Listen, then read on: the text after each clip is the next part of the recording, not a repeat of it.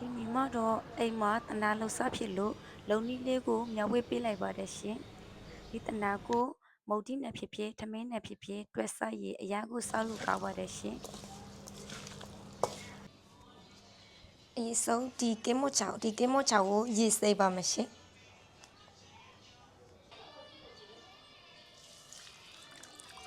ဒါရေစိပ်ပြီးပေါ့နော်ဒါပေါ့ပေါ့လေးလီးမယ်ပေါ့နော်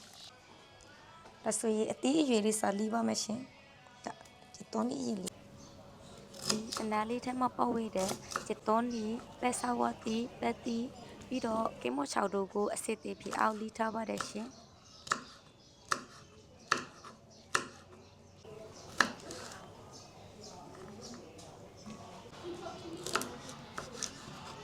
ပဲတီလီးပါမယ်ရှင်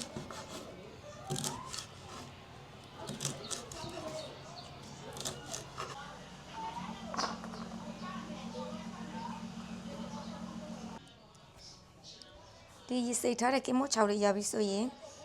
ဟိုလောက်မယ်ပေါ့နော်လီးမယ်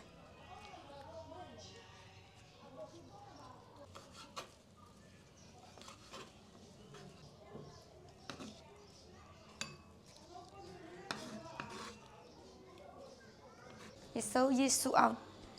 တယ်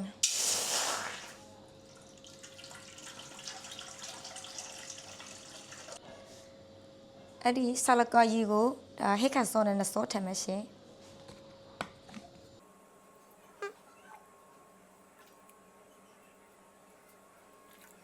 ပြီးရင်နနွေးမုတ်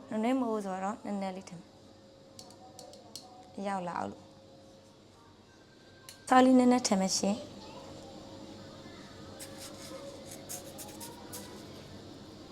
စားရလောက်ဆွေးရပြီနော်လို့မှထပ်ထမ်းမယ်ရေဆူလာပြီဆိုရင်ဒါခုနတို့ကရေစစ်ထားတဲ့ချက်တော်နီအရင်ထည့်ပါမယ်ရှင်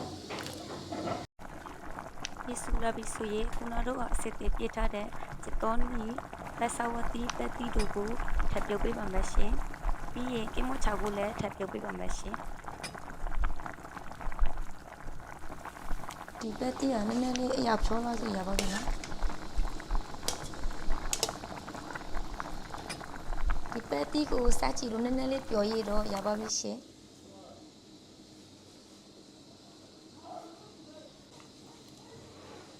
သူကဆယ်ပြီးတော့ခဏလေးထားထားမယ်ပြီးတော့ဒီရေထဲကိုပဲဒီကင်းမို့ချောက်လေးထည့်ပြုတ်ပါမယ်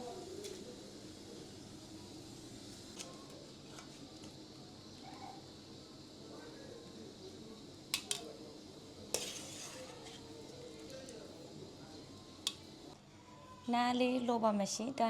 နားဖြူလည်းတုပ်လို့ရနားမဲလည်းတုပ်လို့ရနော်အိမ်မှာနားဖြူပဲရှိလို့ဒါပဲလောနားလေးကိုအယောင်နည်းနည်းရဲအောင်လို့လောပါမယ်ရှင်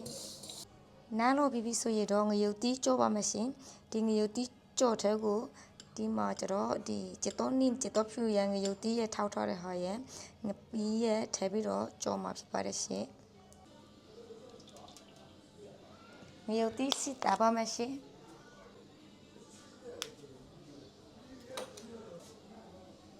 ဒါငရုတ်တီးနဲ့จิตတော်ဖြူจิตတော်နီနဲ့ထောက်ထားတဲ့ထဲမှာရှင်ဒါစိတ်ဆောင်ငပီပေါ့နော်စိတ်ဆောင်ငပီရကျတော့ဇော့တော်ဝဲလာထမိတ်ဆာဇော့တော်ဝဲလာထဲမှာရှင်ဒါငရုတ်တီးကြော့တဲ့အခါမှာဒီငပီနာလေးပြောင်ရေးစုချာလို့ရပြီပေါ့နော်ပြီးရင်ဆော့ချုံမုံလေးနည်းနည်းထဲမှာရှင်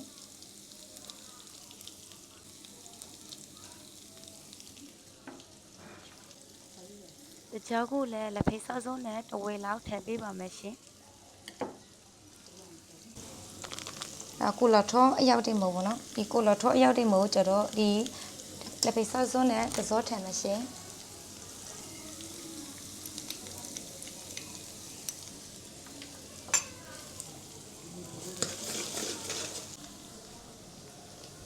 ပြီးရင်ကမချောက်လေးထန်မရှင်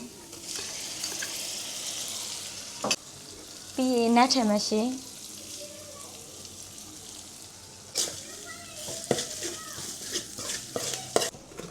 အဲ့လောက်ဆိုရင်မီးလေးခဏတာပြီးတော့အေးခတ်ထားမယ်ပေါ့နော်ပြီးရင်ခုနတို့ကပြုတ်ထားတဲ့ဟော်လီနဲ့ရောပြီးနေပါမယ်ရှင်ခုနတို့ကပြုတ်ထားတဲ့ဟော်လီထည့်မယ်ရှင်